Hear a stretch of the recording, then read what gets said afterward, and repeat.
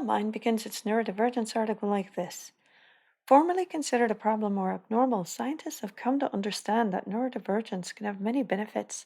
With this shift, practitioners are no longer treating neurodivergence as an illness. Instead, they're viewing them as different methods of learning and processing information. Well, thanks, guys. I'd ask what the practitioners were doing to the people to fix this so-called problem and or abnormality if I hadn't already experienced enough of that. For writers hoping to include a neurodivergent character in the work, they should start by being informed that even now, this is the opinion of many people and institutions, though thankfully that's changing.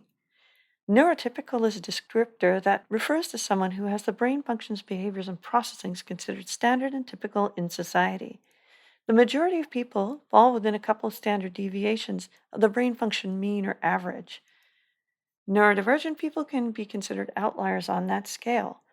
If you're writing a neurodivergent character, consider that being neurodivergent doesn't mean they function better or worse than a neurotypical. In other words, this isn't BBC Sherlock. The fact they function differently by nature also means the nurture part of their humanity is often fraught with inconsistencies in how they're treated. People whose brains differences are judged to be stupid, dramatic, or willfully difficult by others are often considered less than human. Unfortunately, this does include violence. But think, if your brain encodes loud noises as painful, avoiding jackhammers in loud auditoriums isn't being difficult, it's being normal. When you're writing, it may help to make a simple matrix that aligns the divergence with a reaction like being overwhelmed or even in pain.